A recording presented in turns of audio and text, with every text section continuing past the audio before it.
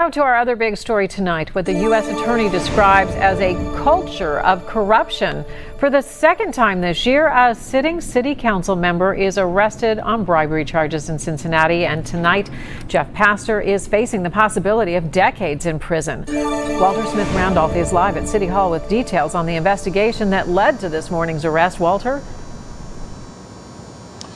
Good evening, Paula. Jeff Pastor is facing 10 federal charges connected to bribery and extortion. Federal prosecutors say Pastor used his position here at City Hall to bribe developers. Now, if this story sounds familiar, that's because it is. Pastor becomes the second council member to be accused of public corruption in just 9 months.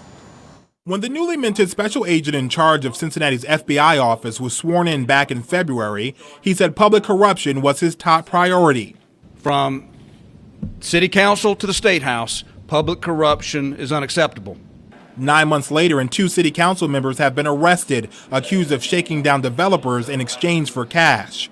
First, it was Democrat Tamaya Denard in February. Now it's Republican Jeff Pastor. This indictment is indicative of a culture of corruption that we have and we need to address. A culture of extortion, a culture of pay to play. U.S. Attorney David DeVillers says Pastor pocketed $55,000 in exchange for favorable votes for development projects that came before City Council. One of the projects was backed by former Bengals player Chinedu Ndukwe. The feds say they wouldn't be able to make their case without the help of the former Bengals safety. People like Mr.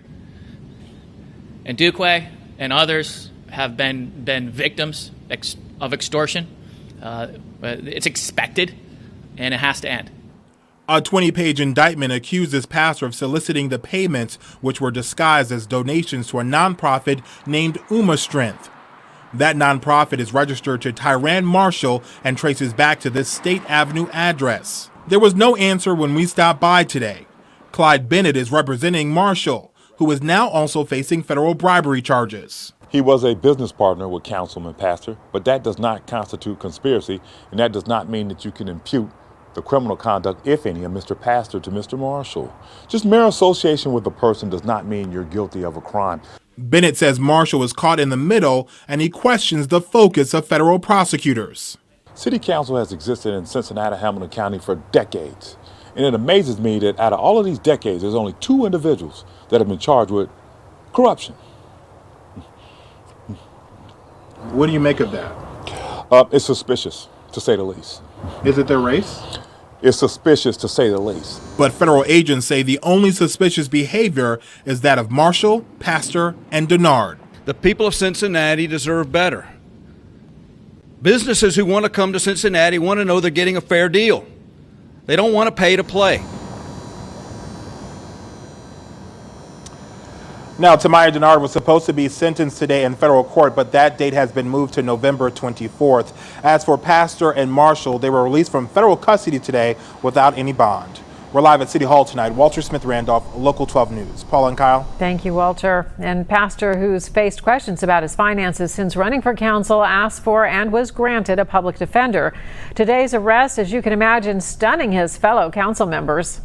I am amazed by some of the decisions that have been made here. I can't say anything other than disappointment. Things like this make people not trust us, and they make people think that every time we do something, it's for an illegal or, an unsavory reason.